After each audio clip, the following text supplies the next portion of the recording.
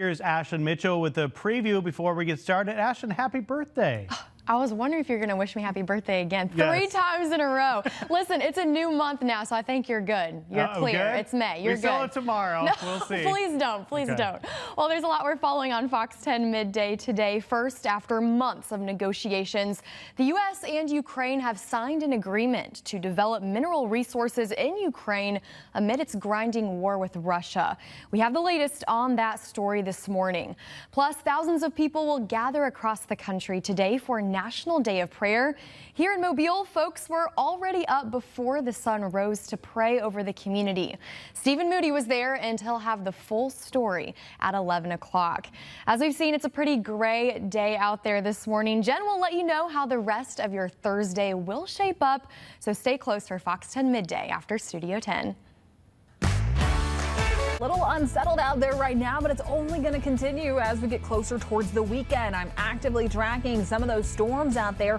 I'll break down all of those details and your futurecast coming up. Also, another day of severe storms threatening millions in the South and the Midwest. Those details straight ahead. Now. Good morning, everyone, and welcome into Fox 10 Midday. Happy May 1st. Jennifer Lambers and I are glad you've joined us this morning. Jen, it's a soggy start to the new month, though. I've been hearing the thunder all morning long here at the Fox 10 studios. That's exactly right. It's been active out there so far to begin for this morning. Just seeing some of those showers, some of those storms moving through. We even got struck by lightning a little bit here at the Fox 10 News studios. We have the tower up top, so it really just likes to be struck sometimes. But as we do take a look at conditions across the southeast, what we're starting to see is an unsettled look. We have some of those showers, some of those storms impacting portions of Georgia, Alabama. They've all pushed out of Mississippi by this point. But here locally, still pretty active to begin for today. Just starting to see some of that heavy rain, mainly impacting Baldwin County, moving into Escambia County in Alabama, plus also Monroe and Conecuh County starting to see the bulk of this. Mobile County looking a lot better. We were pretty active earlier this morning. Just some isolated showers right now, just closer towards Irvington. Pushing in just a little bit north, we're going to start to see Satsuma also beginning to show some of those improvements. Things are now quiet closer towards Sims, out towards Wilmer, but just be cautious on the roadways. It's still going to be a little slick out there.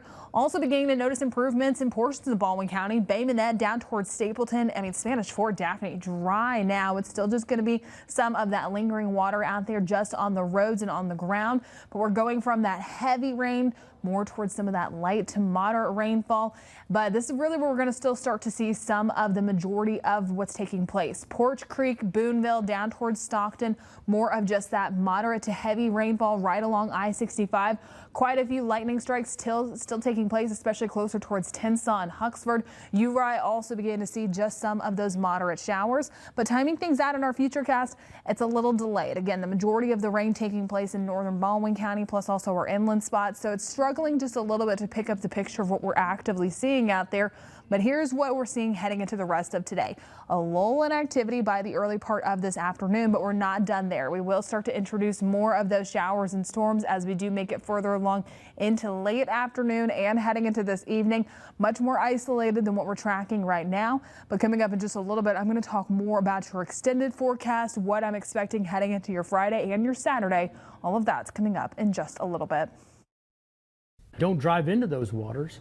Last time I got drone footage of a guy going around a barricade and driving through the water. We do have drones up flying. You can be fined for going around barricades. Yeah, hurricane force wind gusts, hail, and possible tornadoes threatening millions from Texas through the Midwest today. It comes after days of severe storms, toppled trees, and washed out roads across the country.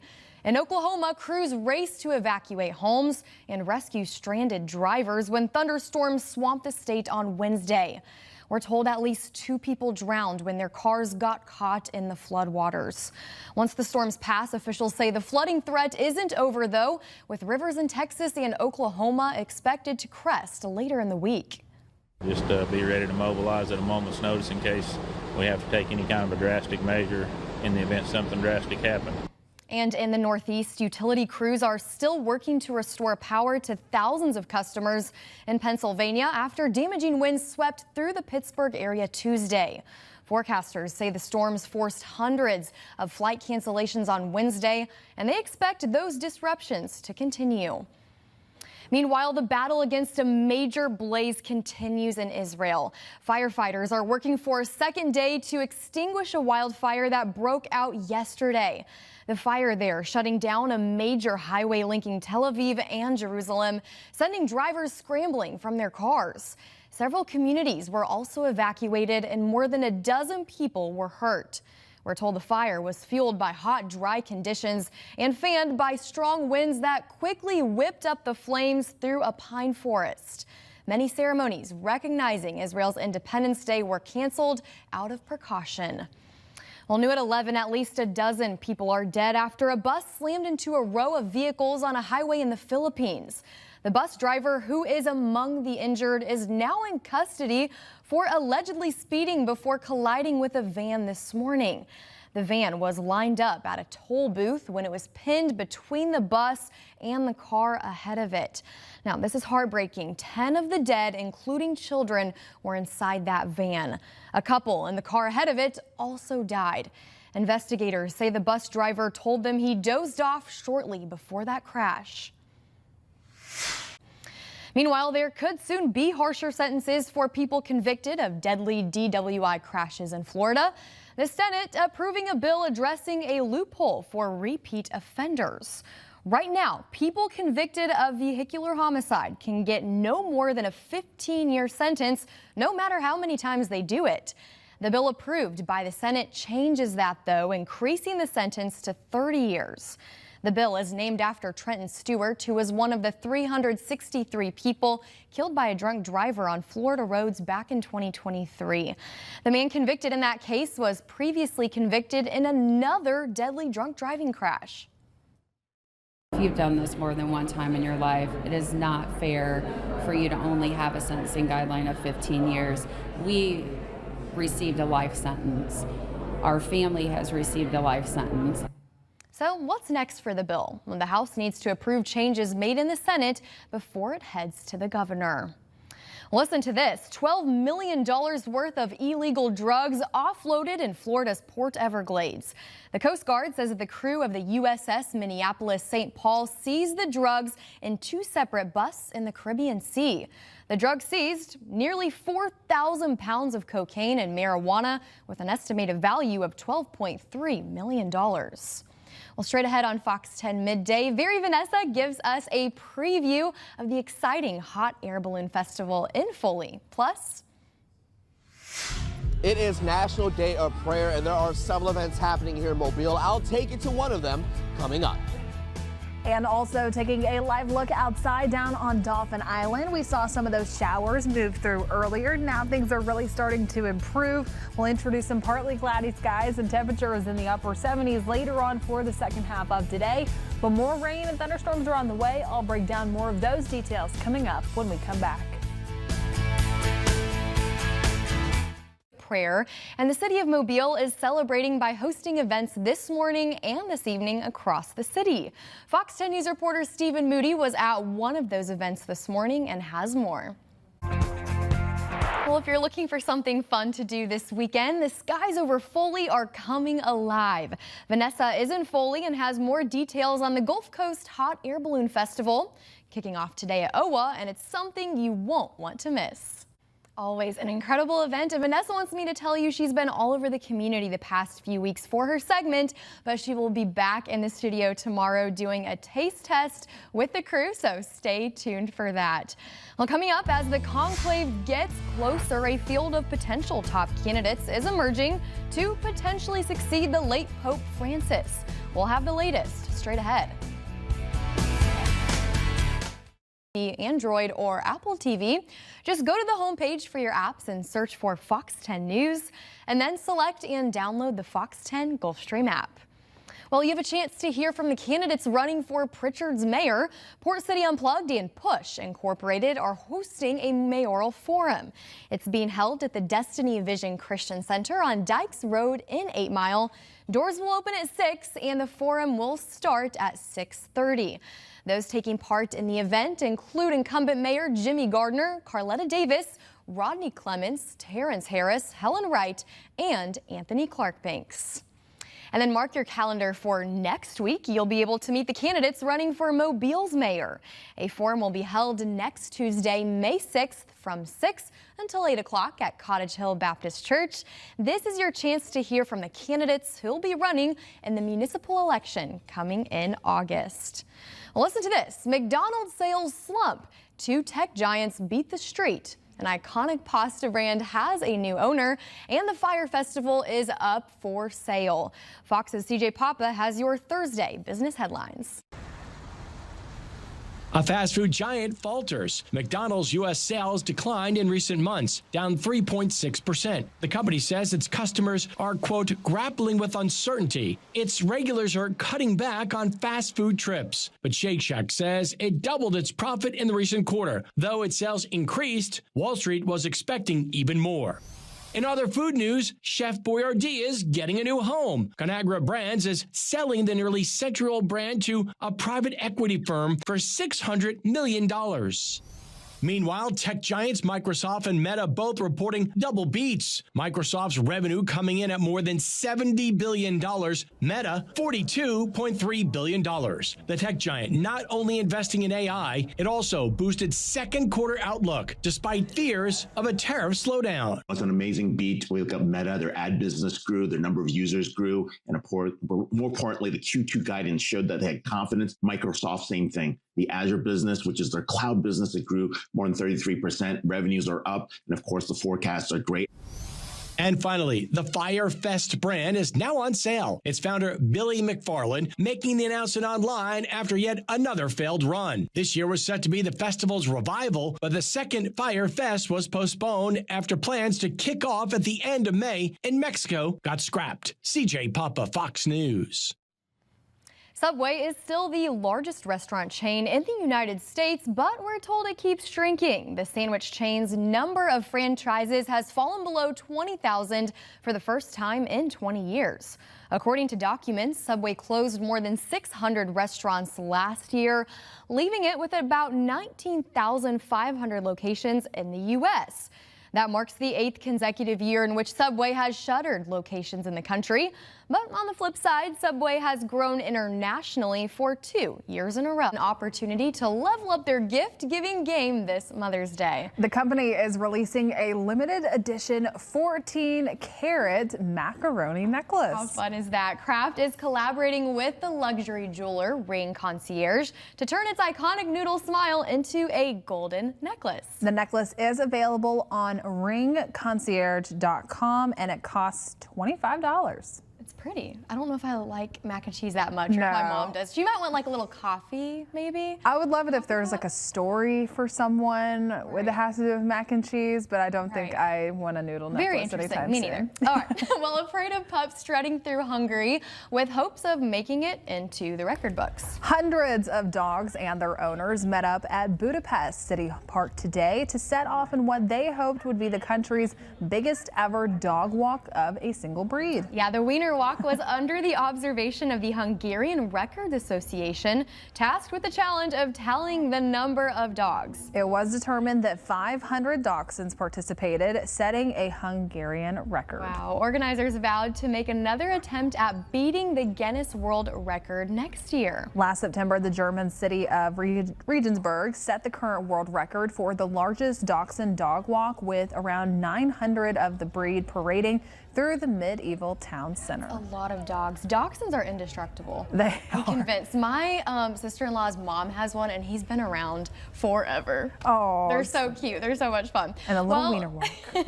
Laundry can be a long and tedious process, as we know. Yeah, but today the Queen of Clean shows us some tips on how to finish the task faster.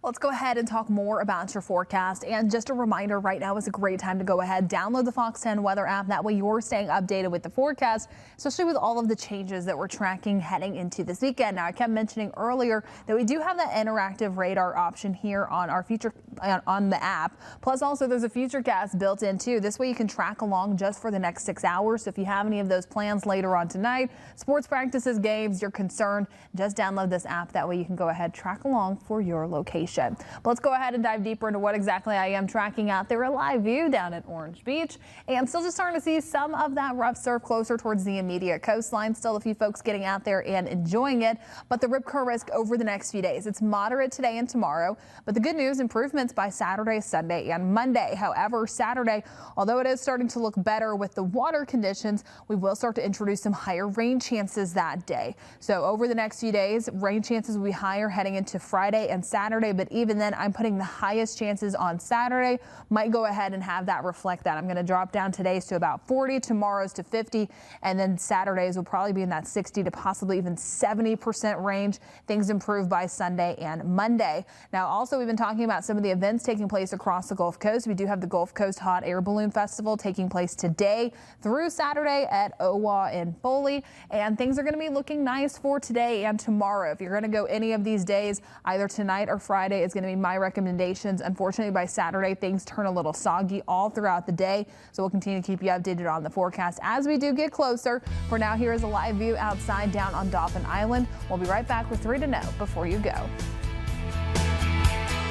A pet storm, you may be seeing double when coming face to face with a rare two-headed snake. Jeremy Roth has today's Take a Look at This.